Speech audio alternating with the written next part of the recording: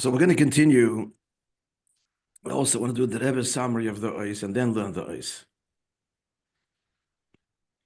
Because already in the summary, we're getting, how to look at the Ois.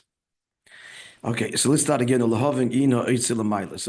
we're talking about the Oitzer, the treasure that the Eibishter gives to everybody. And it gets down to the soldier in the trenches. It's given to the Pekidei HaChoyel, to the officers. These are the Rebbeim. And it's all in order to be menatzeach de milchama, to be victorious in the war, for which the king will abandon everything. So the Hovin, it's the second paragraph or third, which is whatever is the last paragraph of Bais Aleph again.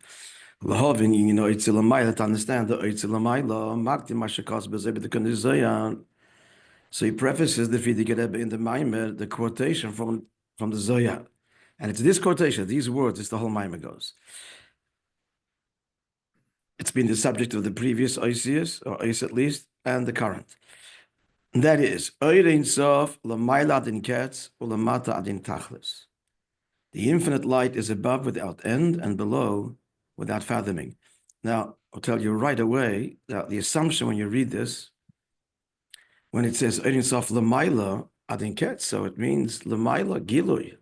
Gilui, the revelation above is infinite, boundlessly, and its reach below to create and descend through all of the worlds and produce all the worlds is also unfathomable.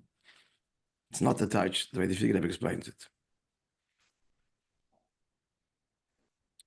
And the end of, which is already comes much later in Perek Yud Zayin, this goes on for Prokim. What's the treasure specifically? It's the Maila high without end, to be defined. Now, in order to explain the Oitzer, the treasure, which is the first part of the Tikkun Zohar statement, talks about Maila above Adin Ketz without end. If Makoidimim first explains in the previous chapter, so here it starts Perek Yud Gimel, so this spans Yud Gimel, Yud Dalet, Tesvav, Tezayin, Yud Zayin, at least 5 prokim, this quote. First explains the extraordinary virtue, Inyan, of Hashem's, of the descent.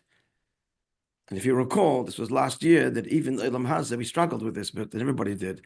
But basically, it comes out that even in Olam Hazeh, the lowest creation, you see the infinity. As your father will help us understand. He was a mathematician, wrote an essay on infinity, as relates to Chassidus, that even in Olam Hazeh, it's a big pella because it's a physical world, and surely physical worlds cannot be infinite, but there's infinite creations. So that's an incredible thing, which is demonstrative of the Ein Sof, of the infinite light, and moreover, that the infinite light has an endless reach, ad lamata mata, to the lowest levels. Is it present? Is God present through in His infinite manifestation? Let's remember we're talking about the Almighty. The clock is ticking, 3 minutes to go. What? 3 minutes. 3 minutes. 3 minutes. There's fresh coffee. I made it. Maybe it has to be mounted on the stand, but it's fresh.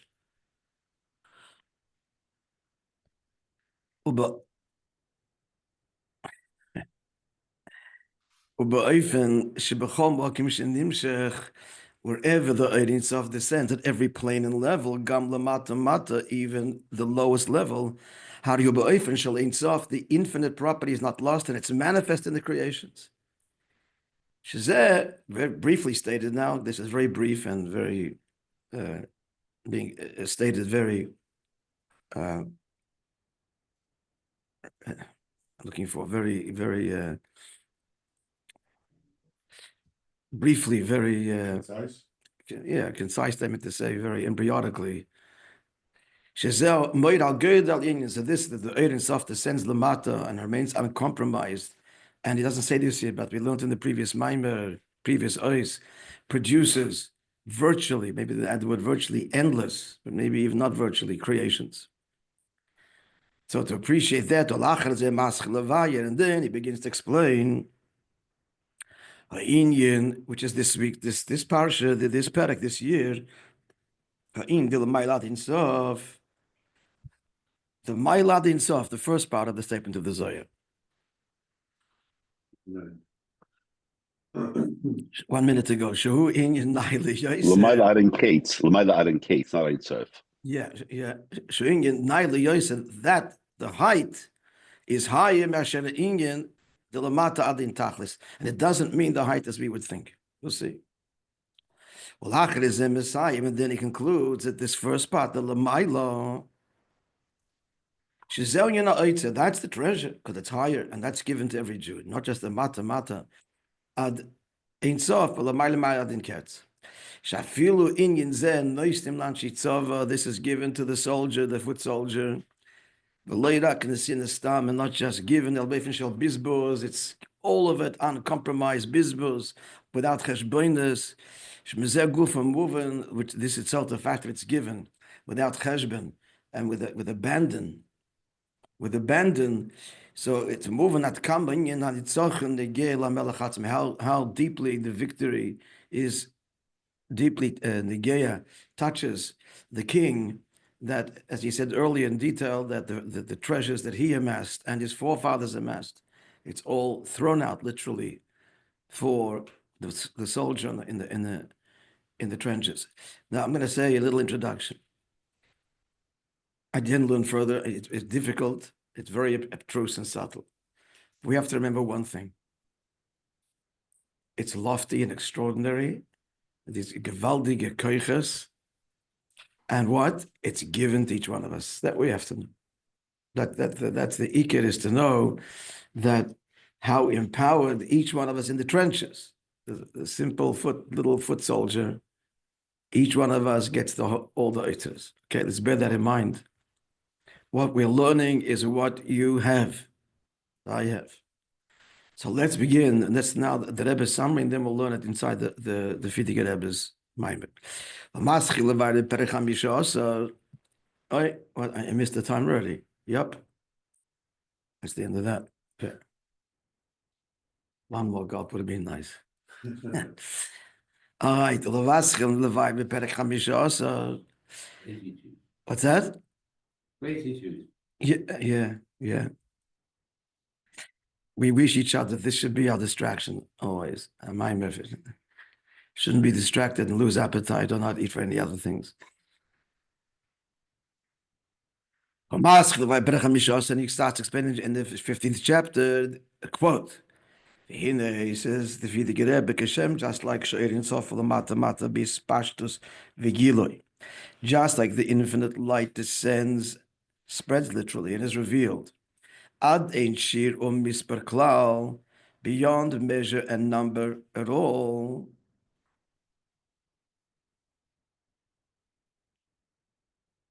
Simply, that can be understood as referring to the actual revelation, the divine revelation itself. But l'chor, it also means in what it creates. God creates all the way down endless creations. That's the in misper. At any rate, so according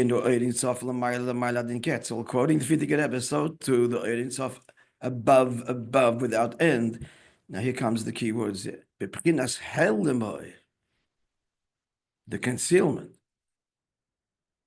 Here, the Rebbe is going to address this. Quote, Shubehelem, achar helem, concealment on top of concealment or after concealment, or be'iloi achar iloi, and in virtue after virtue. These are strange words. Concealment. First of all, we're talking about Lamaila. So Withdrawal. What? Withdrawal? he's going to explain. Yeah, withdrawal. But I want to appreciate what we need to understand. That he's talking about Lamaila and talking about Helem. And when he talks about Helem, that's synonymous with Iloi Achar Iloi, greatness or virtue after virtue. B'chinas heder ha'oir v'heder ha'gilui.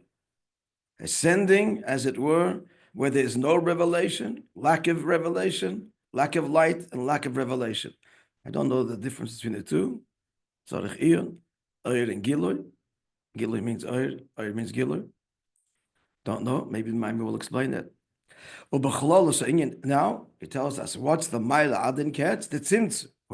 In general, the Tzimtzum, Shahaya Ba'ir Insof Baruch Hu, which was took place in the initial infinite revelation.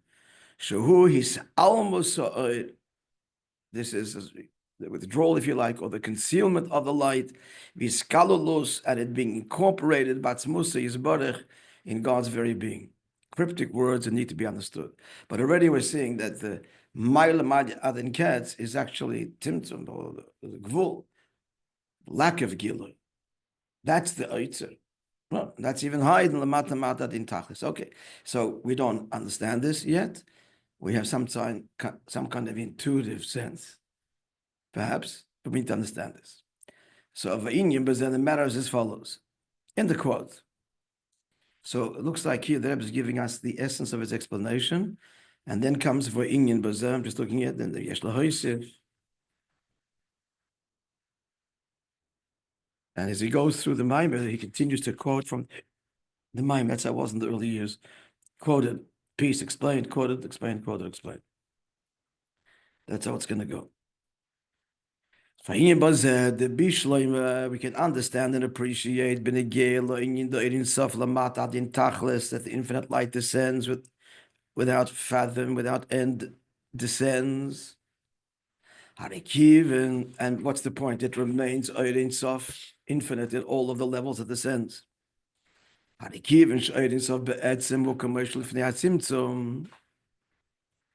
Ein Sof retains its pre-Tzimtzum infinite power, revelation. Big chiddush that the Tzimtzum only affects the Ein Sof externally, but not fundamentally. And the Ein Sof remains. Examples given in the Maimer. Light in a glass, a colored glass. So now through a film, you'll see now a colored light. The light is still better than the same light. I see it colored because it's filtered. So it's just the classic illustration. So Kivin showed Sof be'etzem hu commercial if not Tzimtzum. The Ein Sof remains throughout, no matter what descent, no matter what filters, right? Filters, screens. The light remains essentially the same light. Moving good So we appreciate the extraordinary greatness of this in the descent of Hashem's light. As it descends all the way down to which is nothing lower our world. In such a way the ein tachlis.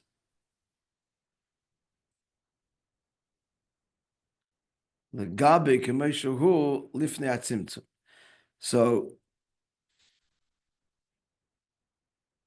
it's unfathomable. It seems the pshat is. I'm open. I'm going to see what people are saying. But these words, it's unfathomable. The gabe k'meishu lifnei atzimtzum, that it's believable. Understand that.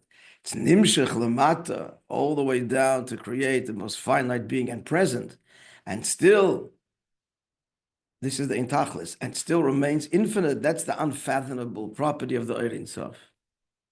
That's the pshat intachlis. Clear? L'chura, that's the pshat. L'chura. Maybe we'll change as we learn further. Apologies to the listeners who are following. We're learning it together, which is not the right way. The teacher is supposed to learn the whole thing with all the biyurim and then teach it. But we're learning it together. Good. So that's Bishloime. The Rebbe said begins. That is, we can understand that. That's appreciable. While the Ein Sof remains Ein Sof be'etzem unchanged, despite its descent all the way down, and that's Adin Tachlis, it's unfathomable. How the infinite is in the finite and remains infinite. Just simple language. Clear? How the infinite is present in the finite and remains infinite.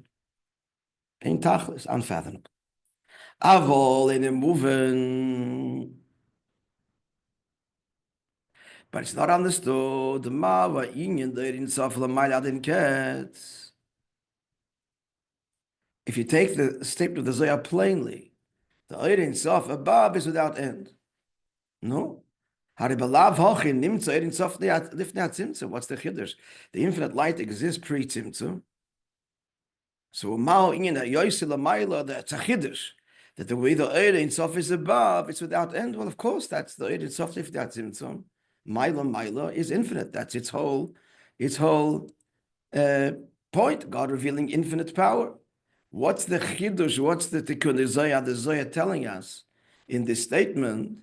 Mele the mata din tachlis gewalt, but the maila din ketz not for sure. That's the point. If not tzimtzum, maila and ketz infinite. That's the point, is it not? Yes, question's clear. L'chayr is the pshat. No, we're not talking about Gilui. We're not talking about infinite revelation. What does the Fidige Rebbe say? Sholemaila madin ketz bepchinas hel gewalt. Understand what this means? Concealment of the light. Shubehelem achar helem, concealment after concealment. Ubeiloi achar iloi, and virtue after virtue. Therefore, greatness after greatness. Ubechlolas, and what are we speaking in general? Yinatzim, cryptic words. But what we're getting is that the first half of the statement, which is the oitzer, the maila adin sof is not what adin ketz is not what we would assume that it refers to the adin sof's infinite revelation. Lifnei tzimtzum, but on the contrary, it's the concealment. Now, what does this mean? We'll stop here, and now we'll start the Fidige Rebbe's ois, and then we'll continue with the Rebbe's beer. But already we have already a gewaltige explanation of the Rebbe why the Fidige Rebbe gives his explanation, just not leave it. Because that's obvious. That's the whole point. That cannot be what the Kunnisayr is saying. And we also understood what Ein Tachlis means. What's unfathomable about the descent? What's unfathomable is that Ein Sof remains infinite, notwithstanding its presentness in finitude, mata. Despite all the screens and concealments, the Ein Sof is bepshitus. That's a chiddush. Are we clear, friends? As much as we can be at this point, recognizing we have to understand. But are we clear with what we have to understand? I need some feedback. Yeah, guys. Basically, he's asking what is the virtue of mele. So he's asking mele l'mata. We can understand that that's a virtue. But l'mayla in case, what is the virtue? That's what he's asking. If it means that it's not expressive, what is the advantage of it not being expressive and being included? But it's not. Yes, but not only that. How do you reconcile helem with iloi achar iloi? Concealment after concealment, iloi achar iloi. They're contradictory terms. No, isn't that what hella means? Really, not only like a major, not an introvert, but it's a major withdrawal. It's like non-expressive at all. Well, concealment is not a virtue. That's a starting point. Maybe it is. We'll find out. But right now, we need to appreciate and be stunned. We need to be stunned by the Fidige Rebbe's explanation of L'mayla adin ketz, that is the opposite of what we would assume it means. We would assume it means that the Ein Sof lifnei tzimtzum is infinite. No, that's Pasha, says the Rebbe. That can't be what the Tikkun Zohar is saying. And therefore the Fidige Rebbe adds now something which is counterintuitive. Tzimtzum and helem achar helem. We need to appreciate it and approach this with the freshness to understand the answer. Yeah. Maybe he's trying to say. Chaim, we're not supposed to answer the question. We have to appreciate the question. Okay. Our job is to appreciate the shaila. It is so okay. I hear you. Just a general. I'm looking at wow. In general, because it's all that bottom of you have it also probably a photocopy of that is other in the beginning of the thing. I just want to say general comment. Chassidus, this is a bit different because it's like a unique question. But the same, every Maimar, many Maimarim, the same parsha begin with the same question. And the way you have to learn is you come in with the same, it's a new question, a new wonder, a new openness. The moment you learned it, then there's a fit to what I learned before, etc. or not. But becoming completely open with childlike wonder and amazement. Very intelligent child, but childlike. Tmimus. Okay, we got a few minutes left. So now starting to actually have it.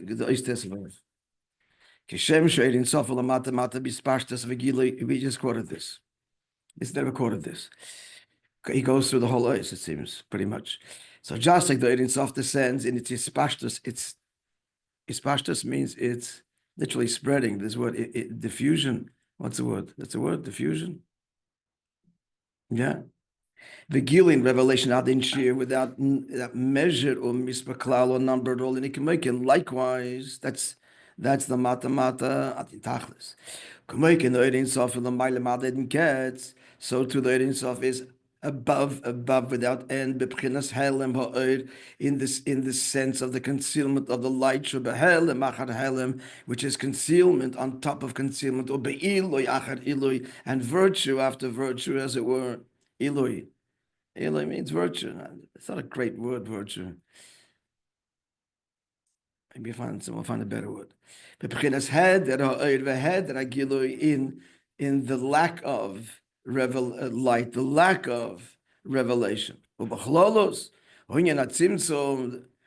are we talking about this helem? It's the tzimtzum shoya ba'ed insof.